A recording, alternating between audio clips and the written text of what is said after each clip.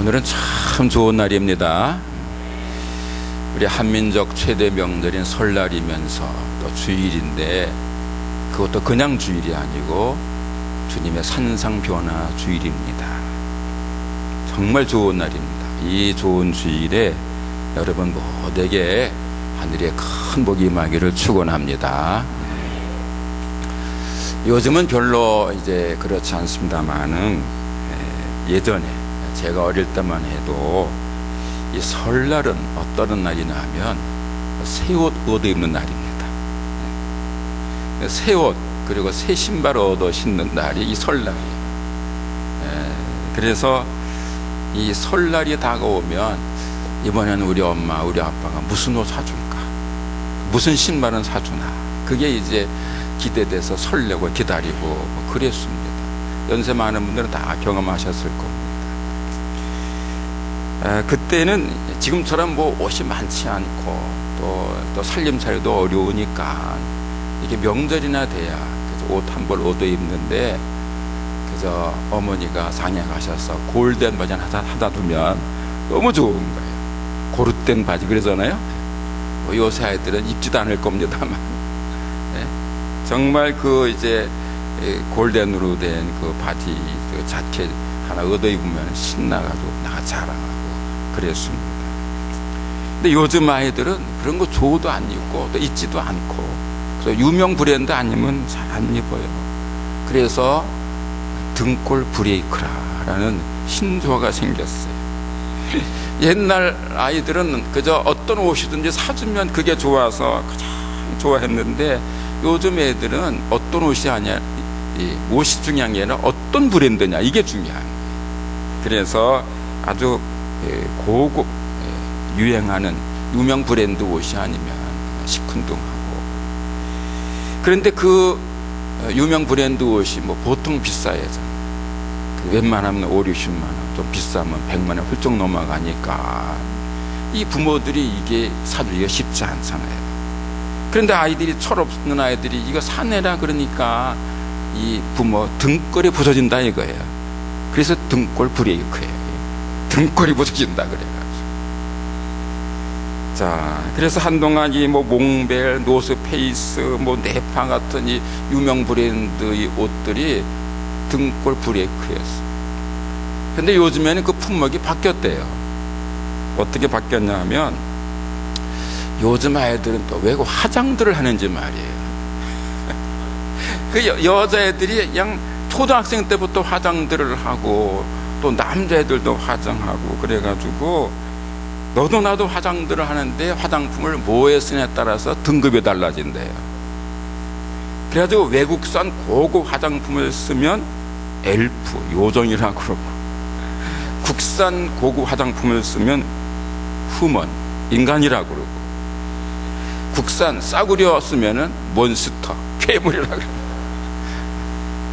그리고 또 다른 표현으로는 고급 화장품을 쓰면 귀족, 그리고 싸구려 쓰면 천민, 이렇게 등급을 나눠가지고 같이 놀지도 않는데요. 그러니까 아이들이 그 같이 이제 어울려야 되고 왕따 당하기 싫으니까 비싼 거 사내라 이거예요. 그래서 그것도 비싸잖아요. 이 영양크림 하나에 100만 원짜리도 있거든요. 그러니까 이 부모들이 등골이 부서져. 그래서 등골 브레이크예요. 여러분, 아이들이 예뻐지고 아름다워지고 싶은 마음은요, 충분히 이해가 가지요. 그런데 문제는 그런 아이들의 바람을 충족시키지 못할 때 그 부모들은 슬플 수밖에 없지요. 우리 아이들은 좀 잘 이해해 드리세요. 사실 예뻐지고 싶고 멋있어지고 싶고 아름답게 보이고 싶은 거는 모든 사람들의 소망이에요. 그건 나쁜 게 아니에요. 사람들은 누구나 다 아름답기를 바라잖아요. 다른 사람에게 예쁘게 보이고 싶잖아요. 그건 본능이에요. 그 자체는 나쁘지 않아요. 누구에게나 있는 거예요. 나이하고도 관계가 없어요. 작년 11월에 나온 책 중에서 엄마 사라지지 마라는 사진집이 있습니다. 한설이라는 올해 68살 된 분인데 그분이 자기 어머니를 찍은 사진에다가 자기 소감을 쓴 그런 이제 책입니다. 이 한설이라는 분은 늦게 이제 사진을 공부해가지고 사진을 찍게 됐는데 아버지가 돌아가셨어요. 그 아버지가 돌아가시고 나니까 허전하죠. 그러다가 어머니를 보니까 아버지가 돌아가신 것처럼 어머니도 얼마 있다 돌아가실 것 같다. 그 어머니가 돌아가시면 안 계시지. 그럼 안 계시기 전에 사진으로 남겨야 되겠다. 그래가지고 어머니 사진을 계속 찍은 거예요. 매일 찍은 거예요. 그래서 같이 살지 않고 따로따로 사는데도 매일 어머니를 찾아가서 매일 사진을, 이게 어머니 사진을 찍은 겁니다. 흑백으로. 그래가지고 전시회도 했어요. 그래서 그 한설이가 자기 어머니를 찍은 그 사진전을 했는데 거기 많은 사람이 갔다가 울었답니다. 그 사진을 보고. 저는 그 전시회는 가보지는 못했지만 그 사진집을 사서 봤는데 그 한설이 씨가 90살 된 어머님을 사진을 이제 처음 찍을 때 그 어머니가 그러더래. 얘야, 이게 다 늙은이를 찍어서 뭐 하냐? 찍지 마. 그 손살에 찍고선 거절하더래요. 그래도 이 딸이 계속 사진을 찍어드리니까 한 1년쯤 지나니까 이제 모양을 내는 거예요. 예쁘게 찍히려고. 그래서 한 1년쯤 지났는데 그 엄마 집에 가니까 그 이 방에 그 화장대 위에 화장품 새 거가 있더래요. 그래서 엄마 이건 화장품이야. 그랬더니 야, 며느리한테 시켜서 사왔다. 그랬더래요.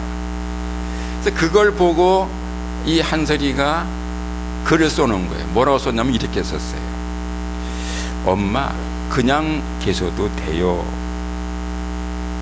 어이없다는 듯 그렇게 말해도 엄마의 예쁜 척은 사진 곳곳에 남아있다. 사진을 추리다 엄마의 예쁜 척을 발견하면 나는 어쩔 수 없이 웃음을 터뜨리고 만다. 나이가 들어도 여자이기를 포기하지 않는 사람이 있다. 몇 년 전 엄마가 오일 마사지를 하는 모습을 보고 나는 경악을 금치 못했다. 세상에 저 나이에 90이 넘어도 예뻐 보이고 싶은 우리 엄마, 천생 여자구나 싶다. 사람은요 90이 넘고 100살이 넘어도 예쁘게 보이고 싶은 것이 본능이에요. 그리고 그렇게 예쁘게 보이고 싶고 멋있어지고 싶고 아름답고 싶은 마음은 그건 나쁜 게 아니에요. 그건 좋은 거예요. 사람이나 짐승이나 식물이나 돌이나 바위나 이 세상에 존재하는 모든 것은요 무엇이든지 예쁘고 아름다우면 좋은 거예요. 예쁘고 아름답고 멋있는 것이 많으면 많을수록 이 세상은 아름다워지는 거죠. 그러므로 사람은 다 아름답고 예뻐지기를 힘써야 됩니다. 그거 흉보면 안 됩니다. 특별히 예수를 믿는 그리스도인은요 되도록이면 아름답게 멋있게 예쁘게 보이기를 힘쓰셔야 돼요.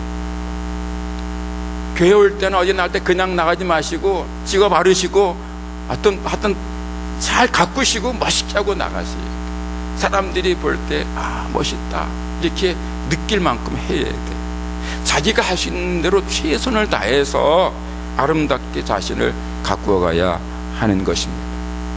특별히 하나님 보시기에 예쁘고 아름다운 사람이 되도록 노력을 다해야 합니다. 여러분, 하나님도요 예쁜 사람 좋아하세요. 사람들은 누구나 다 예쁜 사람 좋아하잖아요. 하나님도 예쁜 사람을 좋아하세요. 물론 얼굴만 이쁜 걸 말하는 건 아닙니다. 전인적으로 아름다운 사람을 하나님께서 기뻐하세요. 자, 그러므로 모든 그리스도인들은 아름답게 힘써야 되는데 세상에서 가장 아름답고 예쁜 사람이 누군가? 여러분, 어떤 사람을 아름답다고 그럽니까? 해마다 지구촌 곳곳에서 미인대가 열리죠. 미스 코리아, 또 미스 월드, 뭐 미스 아메리카, 뭐 여러 그 세계 미인대가 열리는데 거기에 뽑히면 아름다운 사람일까요? 물론 그들도 아름다울 겁니다만은, 그러나 정말 아름다운 사람은 세계 미인대에서 뽑힌 사람이 아니고 하나님께서 인정하시는 사람이 정말 아름다운 사람. 아무리 미스 월드에서 뽑혀서 세계에서 제일 미인으로 뽑혀도요, 하나님 보실 때는 안 예쁜 사람이 있을 수 있어요. 반면에 사람들은 쳐다보지도 않아요. 세상 사람들은 쳐다보지도 않고 고개를 돌리는 그런 사람일지라도 오히려 하나님 보시기에는 어여쁠 수도 있는 거예요. 하나님과 사람이 보는 눈이 달라요. 관점이 달라요. 사람들은 겉만 보고 외모만 보지만 하나님은 그 속을 보시고 마음과 영을 보시는 거예요. 사람은 얼굴만 보고 뭐 예쁘다 그래요.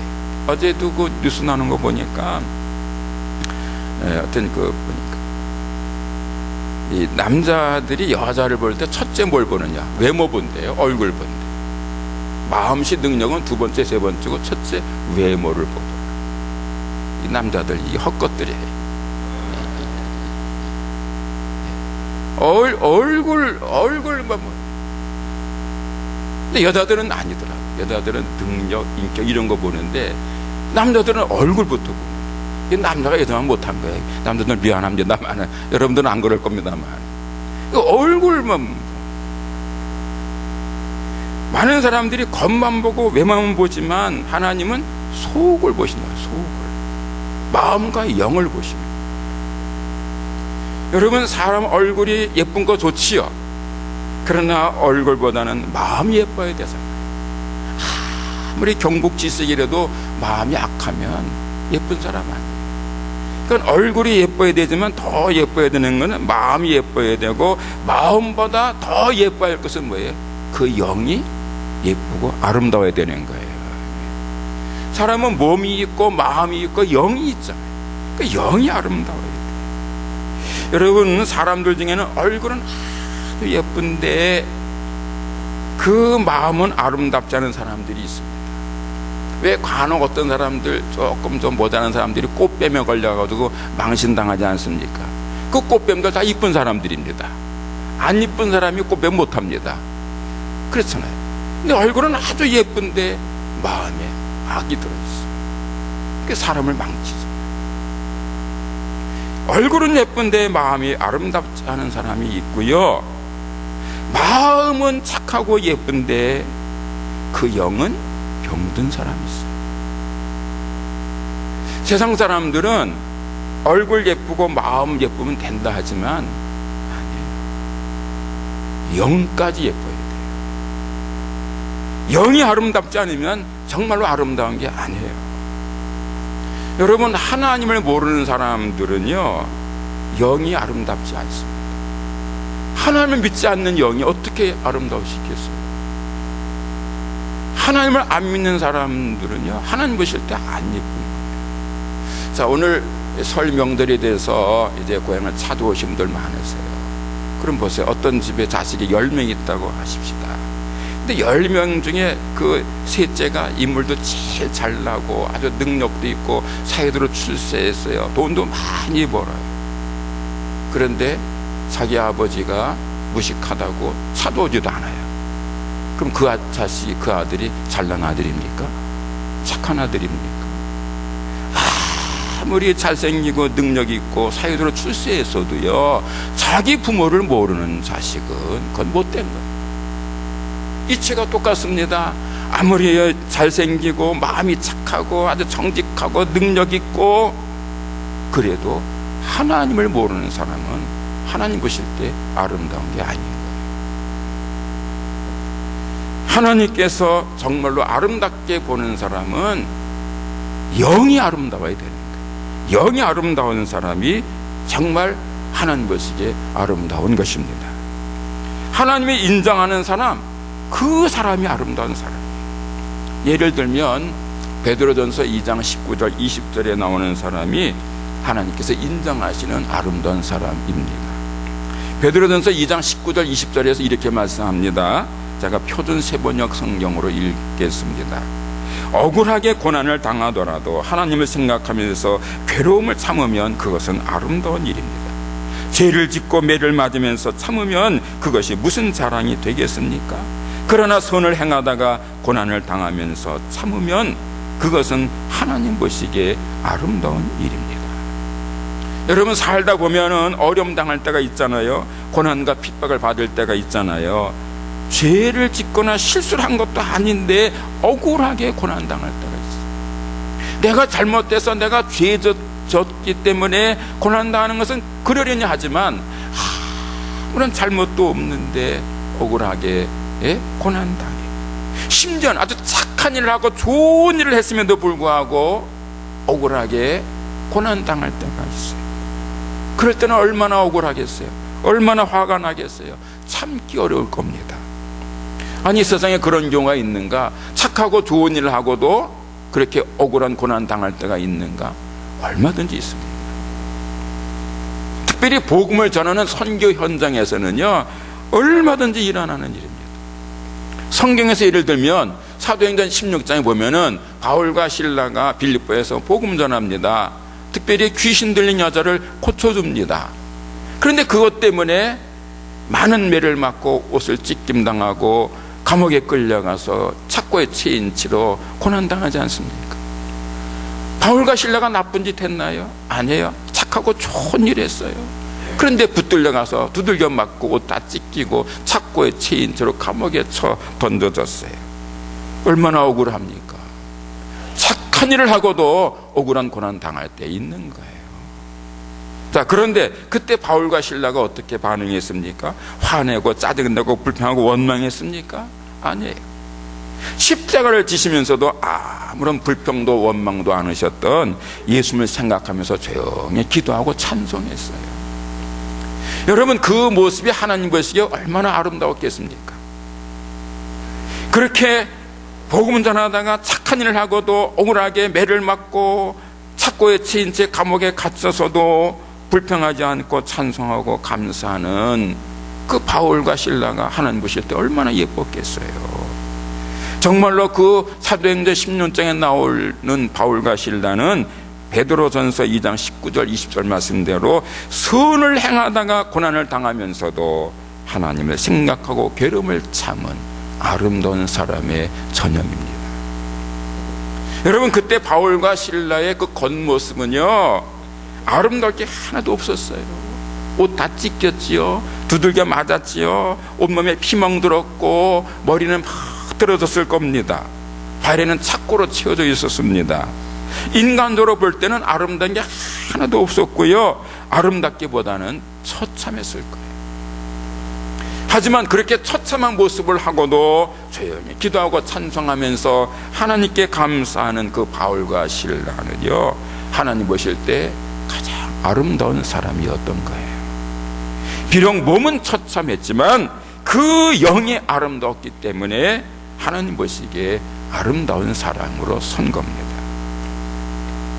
아무리 힘들고 어렵고 추하고 험해도 오직 하나님만 바라보고 예수님을 바라보면 세상에서 가장 아름다운 사람이 될 수 있음을 보여주는 사건입니다.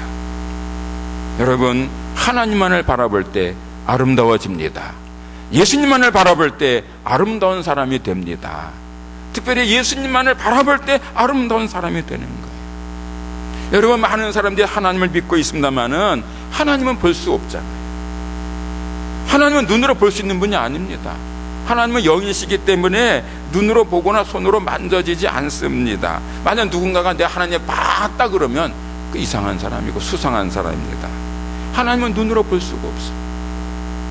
반면에 예수님은 육신을 입고 오신 분이었기 때문에 그 예수님 당시에 그 주변에 있던 사람들은 다 예수님을 눈으로 봤어요. 또 손으로 만져보았어요. 뭐 지금은 그 예수님이 하나님 우편에 앉아 계시기 때문에 우리가 직접 눈으로 못 봅니다만은 예수님의 제자들과 그 뭐 친척들, 그 친지들은 예수님을 보았고 만졌단 말이에요. 특별히 그들은 세상에서 가장 빛나는 얼굴을 하셨던 예수님을 본 거예요.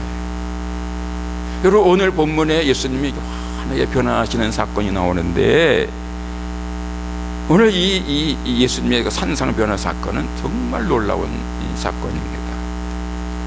예수님이 어느 날이 언제냐면 마태복음 16장에서 빌립보로 가이사랴 지방에서 사람들이 나를 누구로 하느냐, 너희는 나를 누구로 하느냐, 예수님 질문하세요. 그때 베드로가 주는 그리스도시요 살아계신 하나님의 아들입니다라고 아주 정확하게 대답을 해서 예수님께 칭찬을 받고 천국 열쇠를 받습니다. 그 일이 있은 지 엿새 후라는 거예요. 누가복음에는 8일 후라고 나옵니다. 그날 예수께서 12 제자 중에서도 특별히 베드로, 야고보, 요한 이 세 사람만 데리시고 한 높은 산으로 올라가셨습니다. 운동 삼아 등산 가신 거 아니고요, 기도하러 산으로 가셨습니다. 이 마태복음 오늘 본문에는 안 나오지만 누가복음에는 기도하러 가셨다고 분명히 나옵니다. 그래서 예수님과 제자들이 기도하러 산에 가셨는데, 그 예수님과 제자들이 산에 가실 때까지 얼마나 걸렸는지 몰라요. 그 산이 헐몬산이라는 얘기 듣는데 그럼 꽤 먼 거리거든요. 한참 갔을 거예요. 몇 시간 또는 며칠을 갔는지 모릅니다. 하여튼 이 예수님과 제자들이 그 산에를 가고 나니까 벌써 어두워진 거예요. 컴컴해진 거예요. 밤이 됐어요. 그래서 이제 그 누가복음에 보면은 깊이 졸았다, 베드로, 야고보, 요한이 깊이 잠들었다는 말이 나오는데 그건 한밤중이라는 얘기예요. 지금 베드로와 다른 제자들이 잠을 못 이기고 그 잠든 것은 그 산에 오느냐고 너무 피곤했고 시간이 많이 걸렸기 때문이었을 거예요. 그러니까 예수님이 산에서 기도하시면서 얘들아 기도해라 그러셨을 거예요. 그래서 베드로와 야고보, 요한도 처음에 기도했을 거예요. 그러니까 기도하다 잠들어 버린 거예요.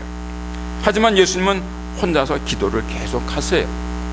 그런데 그 예수께서 그날 어떤 기도를 하셨는지 모르지만은 하나님께 깊이 열심히 기도하시는 중에 호련히 그 얼굴과 몸이 빛나기 시작하시는 거예요. 마침내는 해같이 빛나셨습니다. 심지어는 예수님이 입고 계시던 옷까지도 아주 하얗게 빛나기 시작했습니다. 여러분 한번 상상해 보시기를 바랍니다. 시간은 깊은 밤중입니다. 장소는 높은 산, 깊은 산중입니다. 지금 제자들은 깊이 잠들어 있습니다. 그런데 홀로 기도하시던 예수님의 얼굴과 몸에서 광채가 나기 시작하더니 마침내 해같이 빛나면서 주변이 환해졌습니다. 그리고는 어느 순간 구약 성경의 가장 위대한 사람들인 모세와 엘리야가 나타나서 예수님과 말씀을 나눕니다. 여러분이 그때 그 모습을 보았다면 얼마나 황홀했겠습니까? 여러분 그 모습이 얼마나 찬란했겠습니까? 지금 예수님이 해같이 빛나던 그 모습은 인류 역사상 가장 황홀하고 찬란한 모습 중에 하나입니다. 동시에 그 사건, 예수님이 해같이 찬란하게 변화하시고 빛나셨던 그 사건은요, 예수님을 믿는 모든 그리스도인들이 항상 마음에 담고 두고 생각하고 묵상하고 그 뜻과 의미를 되새겨야 할 아주 중요한 사건입니다. 오늘 본문에서 예수께서 해같이 빛나셨던 이 사건은 여러 각도에서 여러 가지로 말씀할 수 있어요. 여러 가지 의미가 있습니다만은 오늘은 한 가지만 말씀을 드리면, 예수님을 믿는 그리스도인들도 예수님처럼 빛나는 사람이 되어야 한다 하는 의미가 들어있습니다. 다른 말로 표현하면 그리스도인이 되는 사람은 예수님처럼 아름다운 사람으로 변해가야 한다는 거예요. 사람은 안 변한다는 말 아시지? 사람은 안 변해. 흔히들 그럽니다. 변한 것 같은데 안 변해. 그래서 사람은 안 변해. 그럽니다. 사람은 안 변해라는 말을 많은 사람들이 하는데 어떤 사람에게는 그 말이 사실입니다. 정말로 안 변합니다. 세상 사람들은 세월이 흘러도 안 변하는 사람들 많습니다. 하지만 그리스도인은 변해야 됩니다. 예수를 믿고 구원받아서 하나님의 자녀가 되고 천국의 시민이 되었고 이제 영생을 살기 시작했다면 당연히 변해야 합니다. 누구든지 그리스도 안에 있으면 새로운 피조물이라 이전 것은 지나갔으니 보라 새 것이 되었도다 라는 말씀대로 예수 믿는 사람들은 다 그리스도 안에서 새로운 존재, 뉴빙, 새 존재가 되는 거예요. 그러니까 새 존재가 됐으니까 새 존재답게 변해야 되는 거예요. 무엇이 변하는가? 생각이 변하고 마음이 변하고 영이 변하고 말이 변하고 행동이 변하고 나중에는 얼굴까지 변해야 합니다. 예수를 믿는 사람은 예수를 믿는 사람답게 아름답게 변해야 하는 거예요. 그 사람 전체가 아름답게 새롭게 변화되어야 됩니다.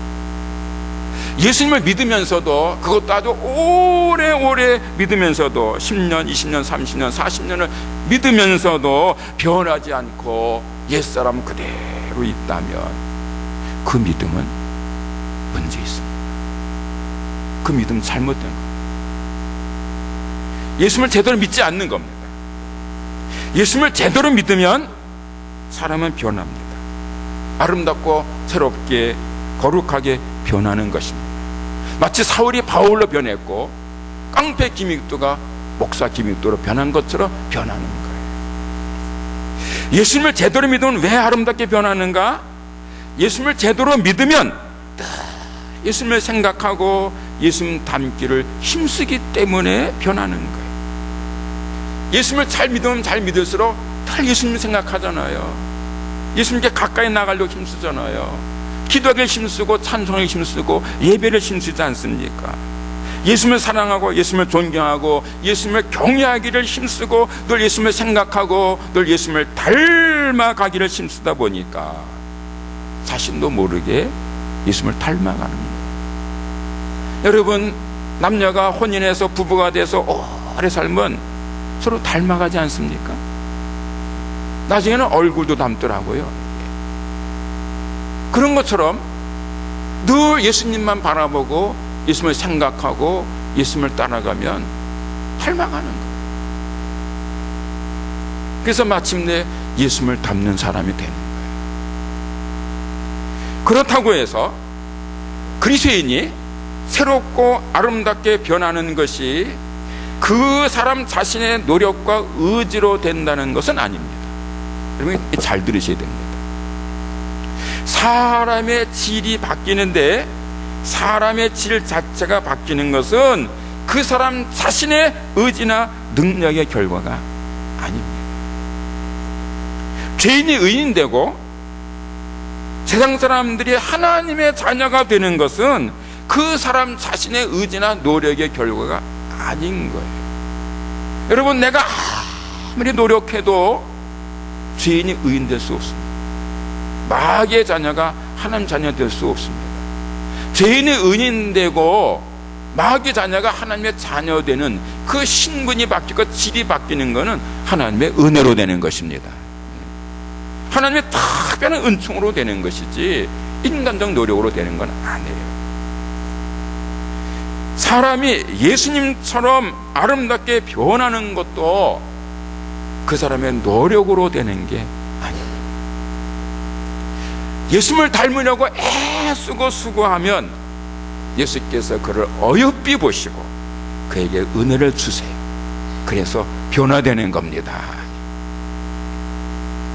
노력은 하지만 그러나 아름답게 변한 것은 은혜인 거예요. 햇빛을 받은 달이 환하게 빛나듯이 예수님의 빛을 받게 되면 그 사람 역시 환하게 빛나는 날이 오는 겁니다. 여러분, 달은 스스로 빛나는 것이 아닌 거 아시지요? 달은 자신의 능력으로 빛나는 게 아닙니다. 햇빛을 받아서 반사시킴으로 빛나는 존재입니다. 태양계 안에서는 해만 스스로 빛납니다. 다른 모든 행성들은 스스로 빛을 내지 못합니다. 반사할 때 빛나는 겁니다. 그리스도인도 똑같습니다. 그리스도인이라고 해서 아무리 믿음이 좋아도 스스로 자기를 빛낼 수는 없습니다. 참빛이신 주님께서 은혜로 빛을 주실 때에 비로소 그 빛을 받아서 반사시킬 때 빛나는 겁니다. 그리스도인은 예수님의 빛을 받아 반사하는 달과 같은 존재입니다. 그래서 오늘 설교 제목이 달같이 빛나라, 그런 겁니다. 우리는 스스로의 능력으로 빛나는 게 아닙니다. 해처럼 빛나는 게 아닙니다.